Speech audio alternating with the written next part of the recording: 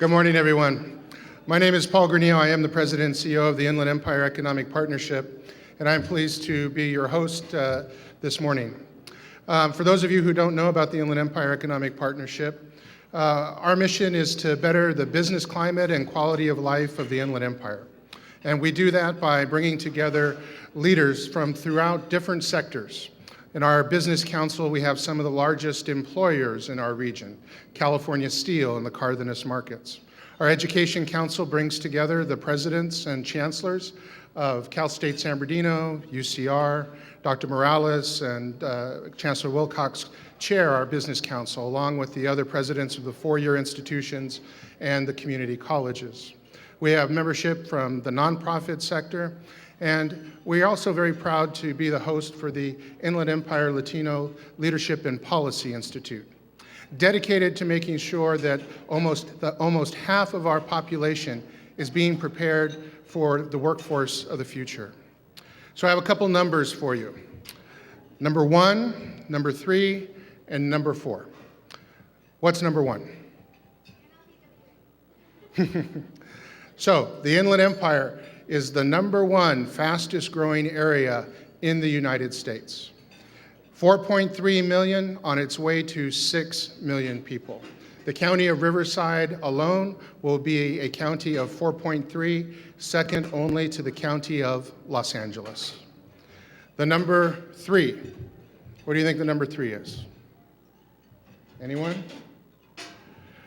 The Inland Empire has the 3rd largest unemployment level in the country, the 3rd. And we have to continue to work on that by preparing a workforce for the future. And most importantly today, the number 4. Anyone? Anyone? Oh. The Inland Empire has the 4th largest Latino population in the United States. So, Richard hasn't let me have anything to drink this morning, okay? So the largest, that's easy, right? Los Angeles. Second largest, New York. 3rd largest, Chicago. And the 4th, the Inland Empire. So, haven't had a mimosa. I didn't forget about Florida. I didn't forget about Texas. But our 2 million people as a region, 2 million Latinos in Riverside and San Bernardino counties, the Inland Empire is the 4th largest Latino population in the United States. And that's why events like this are so important, because we get forgotten.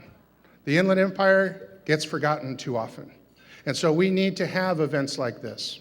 And I want you to join me in thanking Richard Sandoval for doing this today.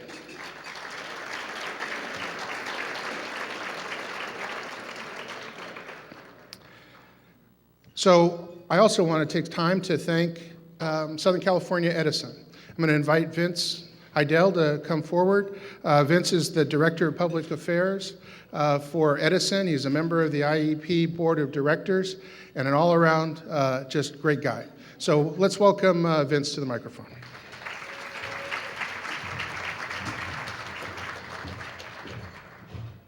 Good morning. And thank you to all, too, for being here. And it's a pleasure being a sponsor of this event as well. I was pleased this morning, first of all, that I beat Paul here this morning. I'm usually the one that's dragging in here a little late, but I got him by 5 minutes, so I was proud of that this morning. Being a sponsor, there are some perks to that, and we get to have a little 2 or 3 minute little spill or commercial, shall I say. So I just want to say a few words on behalf of Southern California Edison. And welcome everyone to this inaugural Executives of Influence Breakfast. I'm happy to be here this morning to not only acknowledge the incredible executives of influence being honored here today, but because the region is very important to me. And I've been with Edison Company for 37 years right now, and I've been a director of local public affairs for 15 years this January. Started off in 2000 as a director in Los Angeles, but the company asked me in 2005 to come over here to the San Bernardino and Riverside County. We had so much growth going on then, and we couldn't even keep up with the demand as a utility company. So I came out here in 2005 not knowing anything about the Inland Empire. I didn't know anything east of the 605 freeway at the time. But I got to tell you, a lot of growth opportunity here. We did have obviously some shortfalls, as Paul well knows, back in 2006, 2007. But it's good to see now that the Inland Empire is coming back. You know, we're starting to see little surges here and there. And it's funny, I had lunch here in Ontario with a major developer that built a large development here in the Inland Empire. Had everything from a golf course to a mall to housing, and you name it. And during that bad economic time, he lost it all. You know, but I was pleased to hear that Monday when we had lunch that he is coming back and he's got all different types of plans and opportunities, and that's what it's all about. And we sat down together because we all play a part in that. You know, we're all a team in this too, so we've got some creative ideas on the forefront.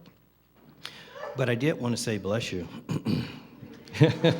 Boy, was that timely or what?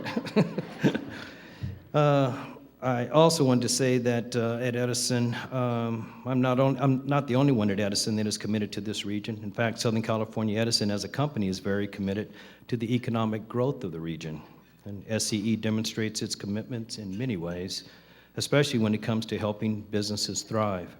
We are committed to working with CEOs to help make the businesses more profitable by providing energy efficiency programs that help reduce your operating cost. Now, one thing for sure, this morning, I'm not sure if anyone read the press enterprise, but on the headlines here, we're talking about the inclement weather that we're due to face this summer. No doubt about that, but how do we stay cool also? So they talk about the high cost of electricity and your energy bill. And no doubt about it, more so within the Inland Empire, that inclement weather is pretty tough on those electric bills. I know on average we have in the Inland Empire bills averaging $190, but boy, when you get into the Coachella Valley and areas like that, it's not uncommon for folks to have a bill well over $1,000. So we have our Edison representatives here today, and we are here to help and assist everyone from residential to commercial and industrial customers. So if you have questions of any kind, do see our staff and our team here. We're able to go out to your businesses, walk your property, look and see exactly where those energy saving opportunities are, and we'd love to help you and help you with that bill. You know, we don't make money selling electricity. We make our monies by the infrastructure of what we put into the ground. So don't think by all the electricity that you use and the high cost of your bill is where it's at for Edison. We're not about that at all. As a matter of fact, our mandate is to help you cut that bill down and to save wisely. So be sure to touch bases with us on that. Also, by working with your employees in the community to keep them safe and knowledgeable on emergency preparedness. I will say back in 2012, we had a major windstorm in San Gabriel Valley. Winds as high as 90 miles per hour. And I will tell you, it took days for Edison to restore that power. And I'm saddened to say that we did a lousy job of restoring that power in a timely manner, and we learned a lot from that. We got beat up pretty bad, not only from the local press, but our local legislators as well. And from that, we are now well-trained. We have all gone through what we call incident command system training. We're ICS trained.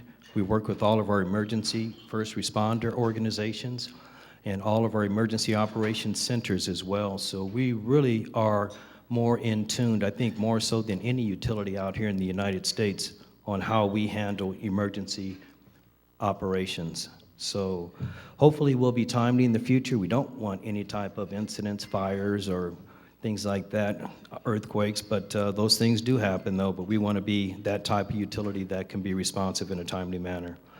And through our supplier diversity and development program, ensuring that minority, women, and service-disabled veteran-owned companies get the development and information they need to win contracts and do business with SCE and other corporations.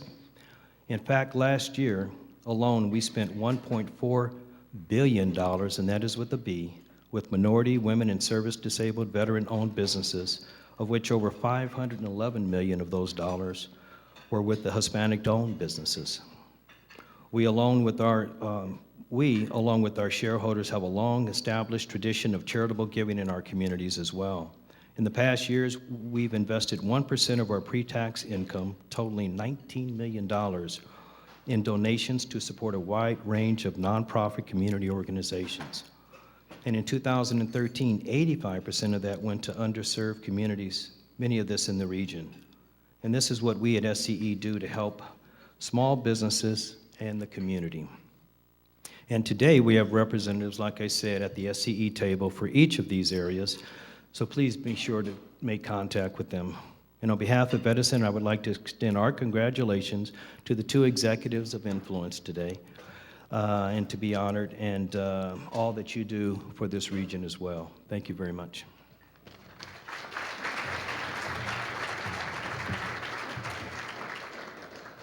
Thank you, Vince, and thanks to Southern California Edison. I do want to kind of what Vince was talking about when it comes to Edison's commitment to us, those people who are customers of Edison. And I'm one of those guys that when I go into a hotel room, I put down the air conditioner. You know, if you can hang meat in the room, that's about the right temperature for me. So my wife doesn't like what I do with the air conditioner during the summer. But Edison is very committed to helping us to reduce our energy bills. They've got some great programs, so please take advantage of those. And thank you, Vince, for helping us today.